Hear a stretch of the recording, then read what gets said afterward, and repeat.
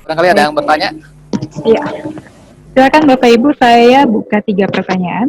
Sebelumnya makasih banyak Pak Ian untuk materi-materi yang sudah disampaikan tadi. Saya cukup amazed ya Pak, karena ada beberapa step ya dalam perencanaan keuangan yang mungkin biasanya saya lewatin gitu. Masalah konsistensi Pak biasanya, seperti itu. Jadi iya, jadi biasanya sudah dibuat nih rencana bulan ini harus seperti ini, mengikut budget gitu kan, tapi ternyata lewat kandas nih rencananya. Jadi menyusun, ya katakanlah menyusun anggaran ya Pak Ian, ya itu sebenarnya susah-susah gampang, tapi ya yang paling gampang adalah membuat rencana, yang paling susah adalah menjalankannya. Konsisten dan disiplin itu tadi. Gitu, Tapi Pak ini Ian. tadi ada solusinya. Dalam Oke, memotong iya. budget harus libatkan keluarga. Kalau bisa ada pasangan tuh yang ingetin. Kalau buat yang belum punya pasangan gitu Pak, mungkin ada tipsnya ya kan. Cari pasangannya dulu. Oke, ya Pak Ian, ini ada satu pertanyaan dari Ibu Ayun Nafisa. Ya, Jadi Bu Ayu. pertanyaannya seperti ini Pak. Dari beberapa investasi yang tadi Bapak sebutkan, yang paling aman itu yang mana Pak? Di bidang apa? Dan kedepannya prospek yang kira-kira cukup menjanjikan itu investasi di bidang apa Pak Ian? Oke. Baik Bu, sempat Bu Yuni ya? Bu Bu Ayu. Ayuna, Bu Ayuna Nafisa. Ya, Bu Ayu Nafisa. Terima kasih pertanyaannya Bu Ayu. Jadi gini, ini tergantung lagi kepada kita nih. Tadi apakah kita konservatif ya? Kita tuh atau risk taker atau seperti apa ya? Tapi kalau pengen aman-aman sekali, ya tentu pilihannya adalah deposito. No risk itu ya sebetulnya. Tapi deposito itu di bank mana nih? Ya, kita pilih nih. Sekarang banyak bank juga yang agak sedikit terganggu nih. Ada yang bank yang malah mau dijual nih sekarang, agak susah nih. Nah, karena bank juga ada kesulitan. Mungkin carilah bank-bank BUMN ya, seperti BNI, BRI, Mandiri, ya, itu jadi alternatif ya. Tapi kita juga lihat ada logam mulia, ya. Kita lihat tren logam mulia. Memang tiap harinya naik turun, ya. Tapi setiap tahunnya itu rata-rata average sekitar 16% loh pertumbuhan kenaikannya tuh. Coba amati dulu. Kalau tahun 80-an mungkin harga logam mulia per gramnya berapa sih? Mungkin di bawah 100.000 ya. Nah, sekarang berapa? 900. Nah, dulu tahun lalu itu sekitar 700-an, sekarang udah 900. Nah, kalau punya misalkan 1 on gitu ya, menghayal gitu, 1 on atau 1 kilo gitu ya. Nah, itu aman juga gitu. Dan ini sebetulnya liquid ya, bisa cepat langsung dicairkan. Misalkan jual di toko emas kalau logam mulia yang tersertifikasi misalkan dari Antam atau apa gitu ya, itu sangat cepat ya. Tapi kalau misalkan saya ingin lebih tinggi nih penghasilannya, returnnya, bisa kita lihat tergantung kita nih, misalkan seperti obligasi pemerintah ORI di pasar sekunder ya, dia akan rutin per bulan akan dapat kupon ya. Nah, tapi coba dilihat dulu nih uang kita tuh ada berapa nih yang safety untuk kita belanjakan di situ. Nah, itu kan kembali kepada kita nih.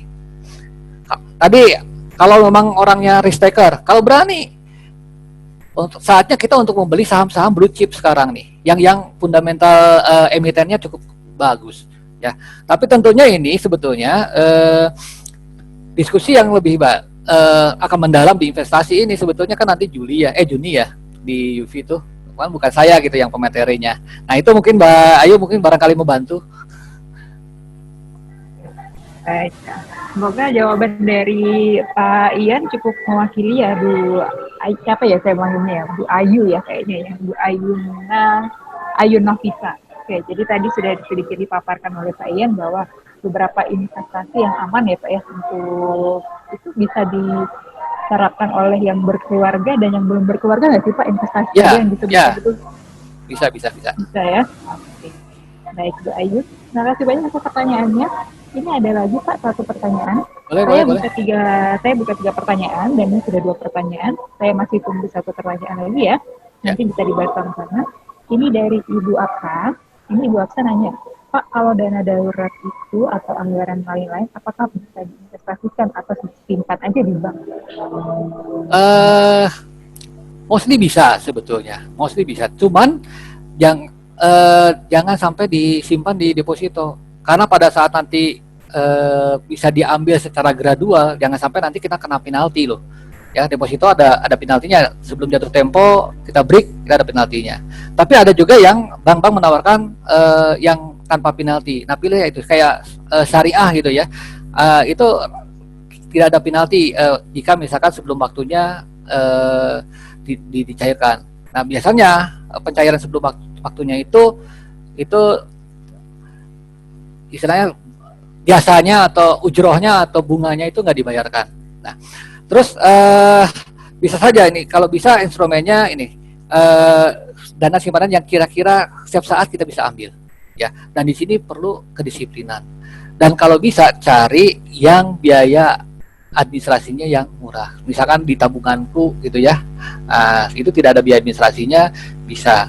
Ya, jadi itu karena dana cadangan. Tapi lebih dari itu, udah misalkan tercover 6 bulan, ya sesuai dengan istilahnya proyeksi periode pandemi ini 6 bulan misalkan.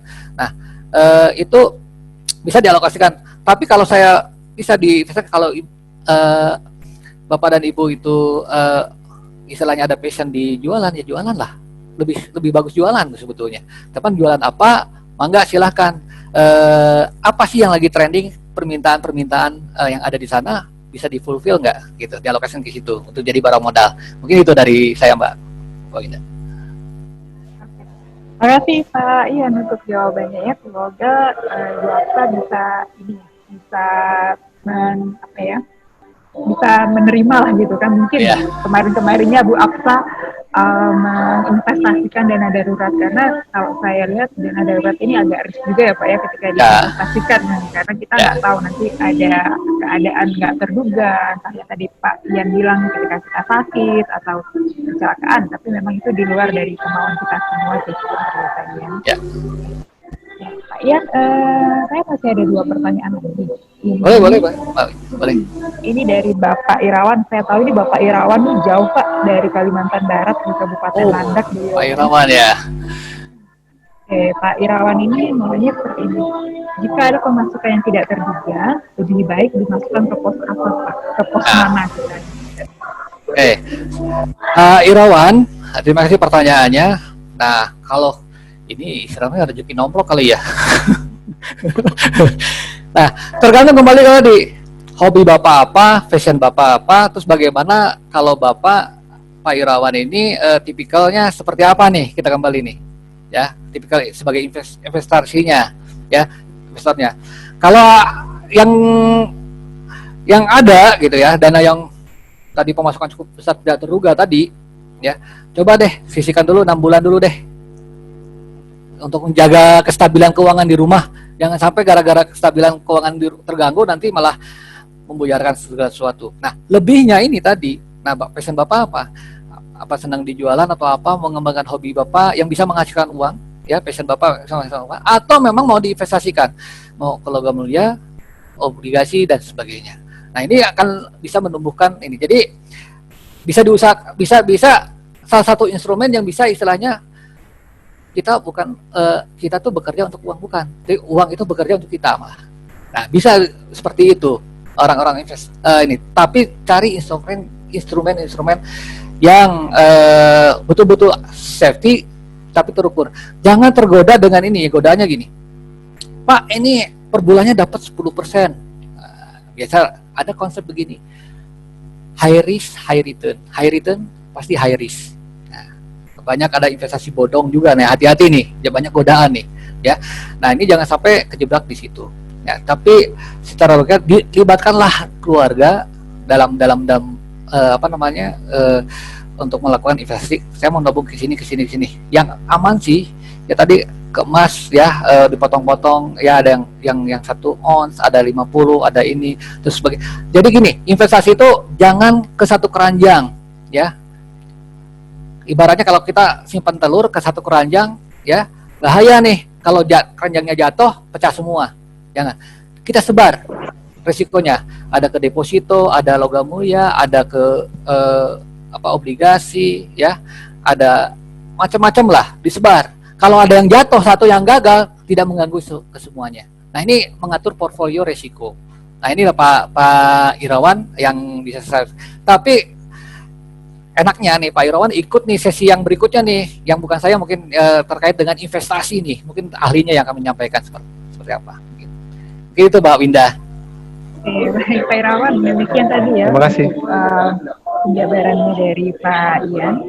Seperti yang tadi Pak Ian sarankan, kalau misalnya memang ada, ini mungkin Pak Irawan bakalan dapat bonus apa gitu ya Pak ya. Jadinya dia bingung mau mengepostkannya nih di pos apa gitu. Kalau di buku akuntansi kan kayak ada jurnalnya itu, bingung dia mau masukin jurnalnya di mana. Tapi nanti di sesi berikutnya di bulan Juni kita memang ada untuk yang materi dalam investasi ya Pak ya. Jadi nanti bisa dieksplor lebih jauh lah investasi yang aman itu seperti apa. Ini satu pertanyaan lagi Pak Ian untuk Boleh. sesi hari ini ya. Ini dari Ibu Diah Pitaloka. Nah, kalau Ibu Diah ini pertanyaannya lumayan ini sih Pak, lumayan menantang gitu ya. Jadi kan beliaunya mengatakan kalau sekarang kan kita menanggapi pandemi ini dengan melihat bagaimana perusahaan-perusahaan itu banyak yang off gitu kan. Dia mau nanya sebenarnya keuangan negara kita bagaimana sih Pak? Menurut kacamata Pak Ian gimana Pak? Jadi gini, kondisi ekonomi sekarang ini kalau kita lihat nih masa krisis ya, tahun 98 itu mulai dari Thailand ya. Terus juga mengarah ke bank krisis ya, itu hanya lokal saja di Asia ya di tahun 98. Yang tahun 2008, 2009 ini krisisnya dan mulai dari Amerika ya, itu subprime mortgage ya. Terus merembet. Ini hanya sebagian saja, tidak semua kena negara ya. Tapi kalau sekarang pandemi semua kena ya. Nah, terus juga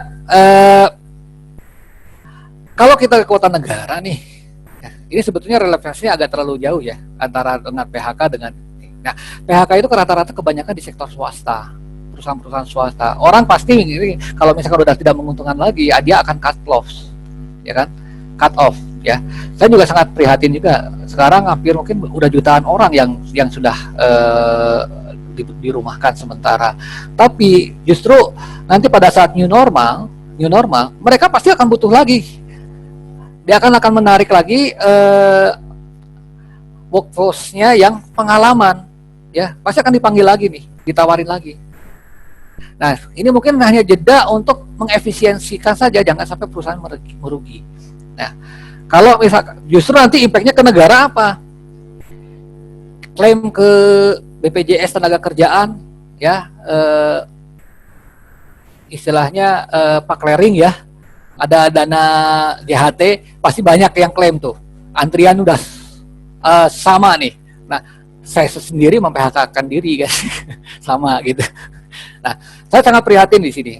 Cuman kalau lihat keuangan negara memang sekarang agak sedikit biaya agak bengkak. Dia juga harus menjalankan sosialnya, minjem kemana-mana. Kalau nggak salah sekarang udah mencapai hampir 6.000 triliun hutang kita gitu kan. Negara kita nanti dampaknya nanti ke depan. Setiap tahun negara itu harus mencadangkan biaya bunganya itu, ya biaya bunga. Tahun ini aja 350 miliar, 350 triliun harus bayar, ya. Nah, tapi whatever, memang sekarang kalau memang kita yang terkena PHK, ya survive dulu selama pandemi, ya survive dulu. Coba cadangin yang mungkin dari dana JHT yang dicarikan dari ini, tabungan-tabungan yang ada. Kalaupun misalkan tidak ada, coba lihat perhiasan-perhiasan yang dana yang apa, aset-aset kita yang tidak urgent, misalkan kayak perhiasan segala macam, cairkan dulu nih. Nanti kalau misalkan sudah normal lagi, kita bisa saving lagi, kita bisa beli lagi gitu. Nah ini posisi darurat. Ya, darurat. Nah, tapi kalau PHK ini memang fenomena hampir semua negara, di Amerika pun iya sama, bukan kita saja yang mengalami gitu loh. Nah, mungkin itu Mbak Dia, cuman memang kalau lihat semua negara juga lagi prihatin ya dengan menghadapi ini. Cuman sekarang kita kembali, semua masyarakat harus disiplin lagi, tidak hanya disiplin di finansial, tapi disiplin juga dari himbauan pemerintah untuk physical distancing. Walaupun sekarang udah ada celah apa namanya secercah harapan ya, karena tren yang terpaparnya udah mulai menurun. Udah ada relaksasi pembukaan, boleh mudik, asalnya dulu mudik, tapi yang terbatas. Nah, ini mudah-mudahan ini akan akan memberikan harapan ke depan dalam waktu dekat masuk ke new normal. Mungkin itu dari saya, Mbak Winda. Terima kasih, Mbak Dia. Oke. Ya, makasih banyak Pak Ian untuk jawabannya. Semoga Bu Diah bisa menambah referensi ya. Jadi kalau Bu Diah ini mungkin analisisnya udah jauh ya Pak ya. Ya. Ke negara gitu, memang tidak bisa dipungkiri siapa negara manapun yang terkena wabah COVID-19 tetap mengalami kemunduran ekonomi ya Pak ya. Pukulan mundur lah. Saya tambahin satu Mbak Dia, Mbak Winda.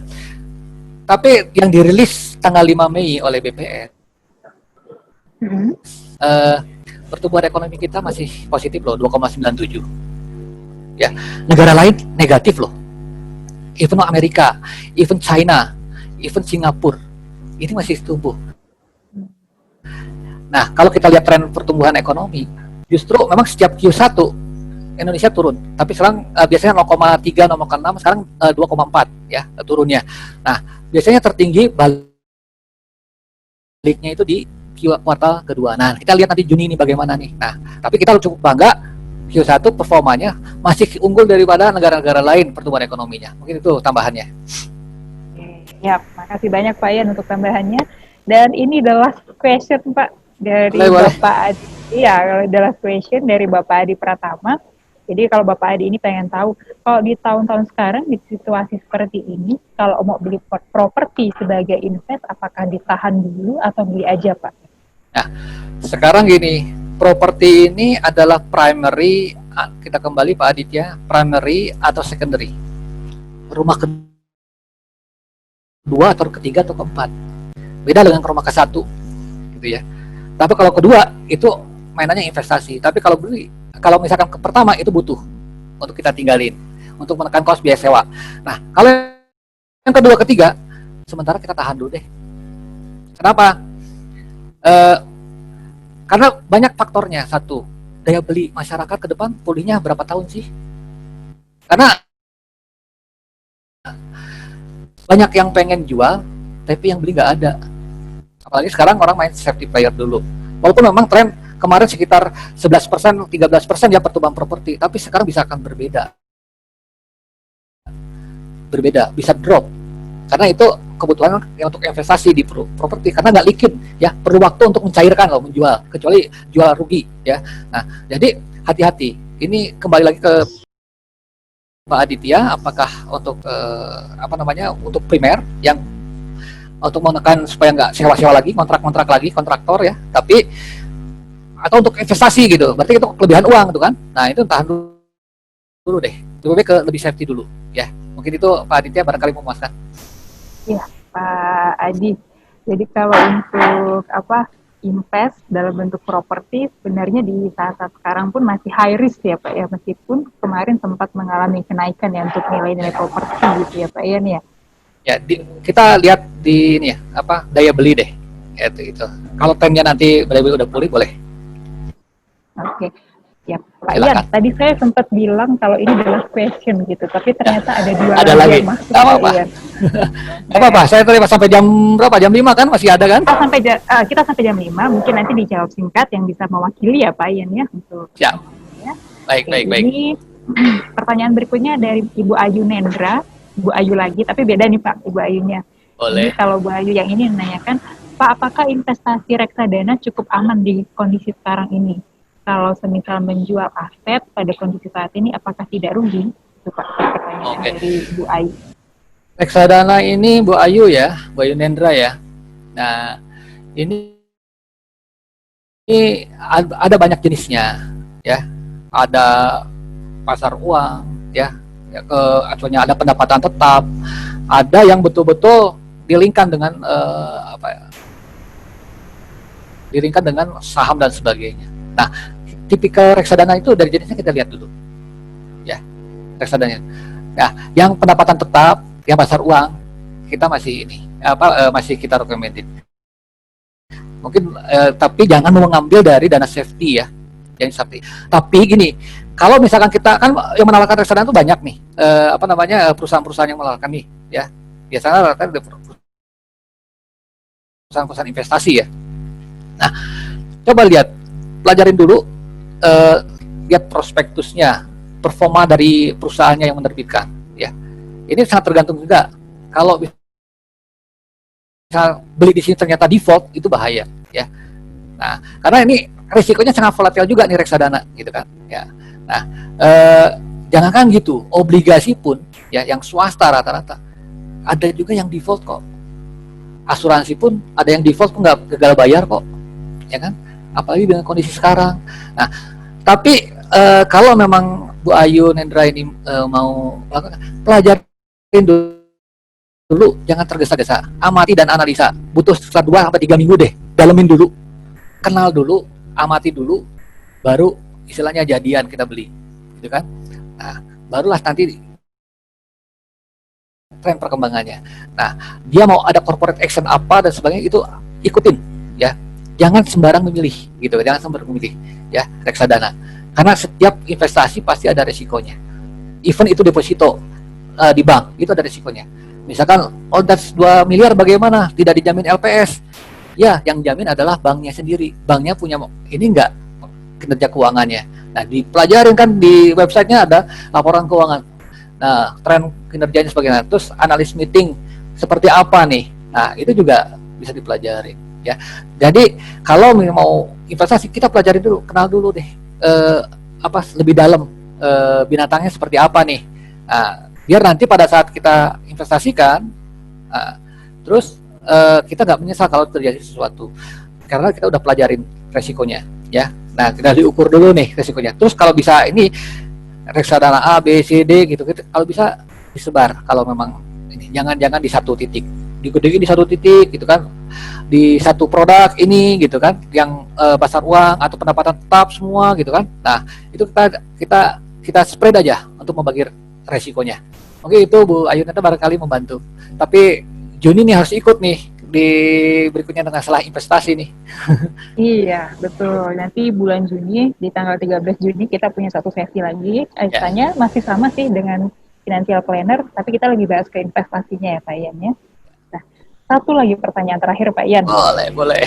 Iya, ini dari Ibu Asti. Dia nanyakan begini, Pak Ian, kalau untuk membuat rencana anggaran, apa bedanya yang punya fixed income sama yang pendapatannya tidak tetap? Bedanya bagaimana Pak cara menyusun anggarannya? Bedanya begini, kan pendapatan tidak tetap, kalau fixed income berarti dia orang bekerja, ya. Kalau bekerja istilahnya kantoran lah, ya, di perusahaan atau kantoran. Kalau yang tidak tetap, kita bisa itu bisa sebagai pengusaha atau memang kerja sebagai yang harian gitu kan. Nah, itu kan bisa masuk klasifikasi pendapatan tidak tetap. Nah, tapi kita hitung based on pengeluaran.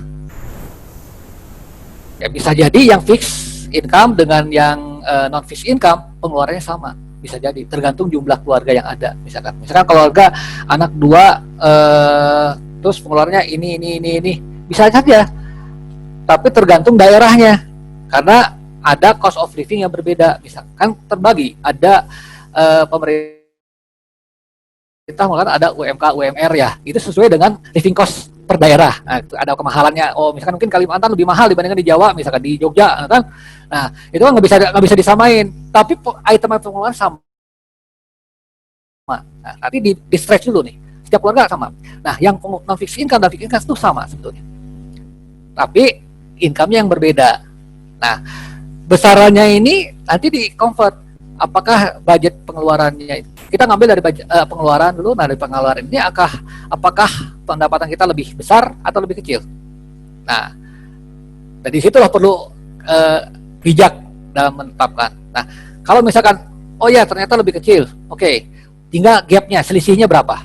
Nah, selisihnya tadi itu kita bisa alokasi untuk yang lain. Ya, itu kan basic need-nya dulu kita nih. Jadi kebutuhan dulu, bukan keinginan dulu. Nah, sebetulnya sama sih, hanya dibedakan daerah. Tapi kalau kita menganut hitung dari pengeluaran dulu. jangan dari pendapatan. Nah, baru nanti kalau pendapatan kan rezeki kan beda-beda nih. Nah, baru kita sisihkan selisihnya.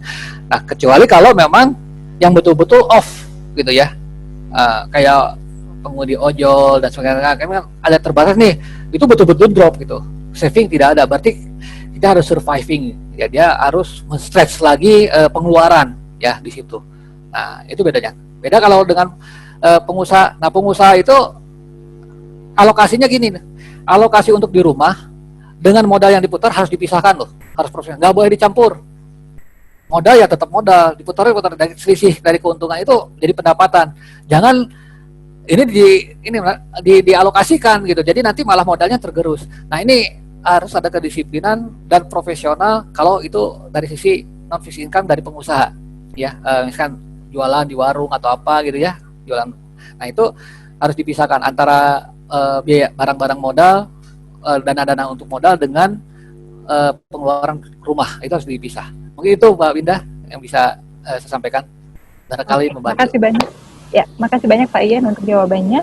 Nah, sebelum saya tutup untuk sesi hari ini, Pak Ian, ya, ini ada satu respon lagi dari Pak Adi.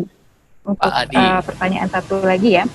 Pak Adi tanya, Pak, persentase uang yang ditaruh di rumah dan di bank itu berapa Pak? Mengingat ada ketakutan ras ke depannya dan bank nggak punya uang ide. Itu bagaimana Pak menyikapinya? Oh, Pak Adi, terima kasih nih. Tapi jangan takut sekali nih. Ini jangan sampai kepanik sekali nih, Pak Adi. Jadi gini, Pak Adi. Makanya kalau nyimpen uang itu di bank-bank yang terpercaya nih, utamakanlah bank BUMN dulu deh, yang fundamentalnya kuat, ya. Nah, sekarang apa bedanya sih uang nyimpen di rumah dengan nyimpen di bank? Beli nggak perlu ngeluarin uang kan, bisa kan pakai internet banking atau mobile banking kan, betul kan, bisa nggak? Beli gitu dari online gitu, pasti bayar pakai ini, nggak harus ngeluarin dari saku kan. Nah, kalau di rumah persentasenya cukup besar ya, juga nih sekarang juga banyak rawan-rawan juga nih yang kemarin banyak yang di dalam penjara dikeluarin kan. Nah, banyak kejadian kan yang rumahnya dibobol, ada keambil apa gitu kan, kendaraan ya, tingkat kriminalitas naik karena sosial nih, masalah sosial masuk nih kalau ekonomi lagi kayak begini ya. Nah, tingkat kerawanan sosial ini yang ini. Jadi persentase kalau bisa, kalau di rumah secukupnya aja, secukupnya ya. Yang kalau misalkan nanti sewaktu-waktu untuk kita belanja ke warung yang perlu kayak uang. Tapi yang lainnya kan bisa secara online gitu kan, pakai ini. Jadi kayak bayar dompet itu kayak udah di HP, pindah di HP gitu.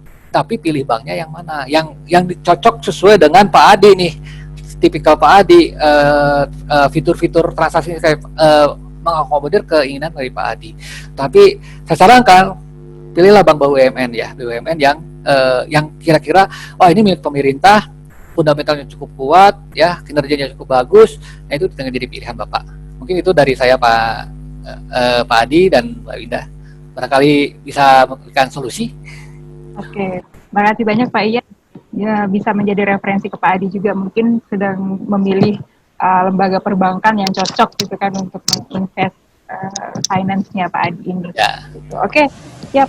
Untuk hari ini sudah selesai semua pertanyaannya Pak Ian, dan waktu juga sudah mepet ke pukul 17.00 sesuai dengan durasi kita. Saya mewakili Yufi Consultant mengucapkan terima kasih banyak ke Pak Ian dan juga ke Bapak-Bapak, rekan-rekan sekalian, Bapak Ibu semuanya yang sudah hadir di sesi online training kita pada hari ini. Dan jangan lupa untuk minggu berikutnya kita tetap ada setiap Sabtu sesi seperti ini Pak Ian. Nanti mungkin Pak Ian pengen ikut lagi, tapi kita akan gali dengan materi yang berbeda. Jadi kalau hari ini kita membahas tentang financial planner, untuk minggu berikutnya kita selingi dengan membahas bidang IT. Boleh. Jadi kita mau tahu kalau misalnya kita pakai media Zoom seperti ini akan ada kebocoran data atau tidak. Jadi besok materinya kita lebih menjadi anak IT lah begitu Pak Ian. Siap. Dan yang pasti kita tetap undang praktisi untuk mengawal diskusi kita. Nanti Pak Ian kita tunggu di ruang meeting untuk bertemu lagi secara online, dan kita tetap pengen Bapak Ibu dan rekan-rekan sekalian tetap hadir di online training kita seperti saat ini. seperti itu. Dan juga terima kasih banyak buat bapak-bapak dan ibu-ibu semuanya, rekan-rekan sekalian yang sudah mendonasikan sedikit atau banyaknya itu menjadi apa ya? Biarlah kalau misalnya kita kembali ke agama itu, biarlah itu menjadi niat baik yang bisa membantu kita nanti ke depannya, begitu Pak Amin. Ian. Jadi Amin. jadi hari ini saya cukupkan sekian. Sebenarnya saya pengen sekali sih Pak untuk lihat wajah-wajah rekan-rekan sekalian ini ya, karena memang banyaknya di sini untuk kameranya sedang di off kan. Kita Tapi foto bersama kalau bisa tuh. kalau offline kita foto bersama Pak, jadi secara Ini online. kan jadi screenshot tuh. Iya, yang pasti saya mengucapkan terima kasih banyak. Semoga kita bisa bertemu kembali di online training berikutnya. Saya juga mengharapkan Bapak Ibu semua yang ada di sini menjaga kesehatan, kemudian tetap waspada dengan penyebaran COVID-19 karena serba belum pasti Pak ya kapan berakhirnya. Yang bisa kita lakukan adalah kita survive, kata Pak Ian tadi. Kita harus survive, kita harus lihat peluang juga supaya finansial kita tetap survive juga dan aman seperti itu. Oke, mungkin Pak Ian ada last statement Pak yang pengen disampaikan ke kami Pak. Wah, mungkin ini ya. Oke teman-teman, rekan-rekan, Bapak Ibu sekalian, terima kasih atas istilahnya mengikuti acara ini.